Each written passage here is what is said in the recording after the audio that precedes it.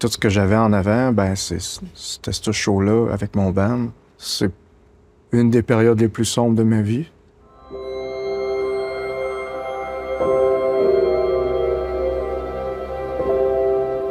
En mai 2018, j'avais 29 ans. J'étais en attente d'une chirurgie pour ma 4e récidive de cancer. J'avais fait repousser même la chirurgie pour pouvoir faire ce spectacle-là, qui était pour les 20 ans de la scène métal abitibienne. Toute ma vie, la musique, ça a été la chose auquel je me suis rattaché dans des moments plus difficiles. Là, ce sentiment-là était x10, x1000, tu sais. J'avais ça dans ma cuisse droite. C'est un cancer très agressif. Il a fallu que je lâche l'école, je pouvais pas travailler. J'avais de la misère à payer mon loyer parce que je vivais maintenant sur l'aide sociale. Tu sais, à 29 ans, là, moi, tout le monde qui était autour de moi, ben, ils commençaient vraiment leur vie d'adulte.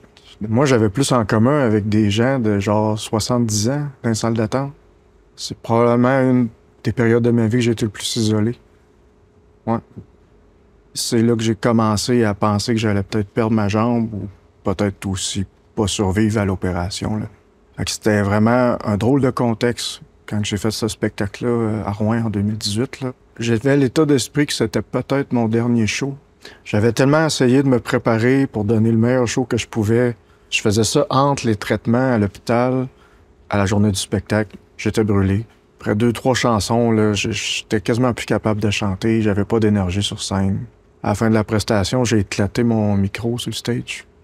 Je suis parti, puis j'étais vraiment pas dans un bon état à ce moment-là. C'est ce sentiment-là que le cancer, que la maladie contrôle ta vie, puis t'as déjà l'impression d'être quasiment mort, là, dans un sens. Plus tard dans la soirée, mon ami Éric Séguin du groupe Backstabber m'a invité avec d'autres à monter sur la scène. On est devant une foule de peut-être 400 personnes, la salle est pleine.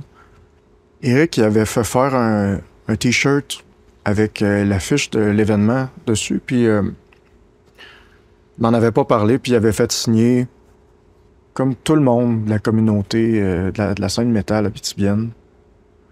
Puis il me l'a remis à ce moment-là, sur scène, tu sais, en me disant que j'étais pas tout seul là-dedans, tu sais. C'était vraiment beaucoup, puis j'ai pleuré, là, sur le stage. Là. J'étais pas tout seul, là. D'autres personnes sur la scène aussi. Dans les premières années que j'ai été malade, j'en parlais pas vraiment. C'était un peu tabou. Vu que je gardais tout ça pour moi, ben, je vivais beaucoup de frustration, beaucoup de colère. C'est des émotions que j'arrivais pas à extérioriser de façon saine, puis faire du ménage là-dedans.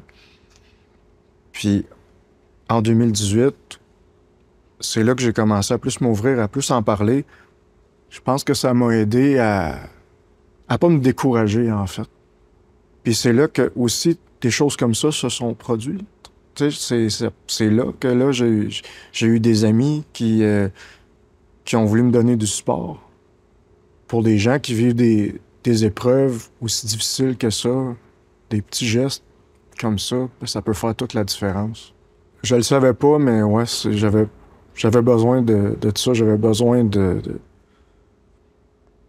ce support-là.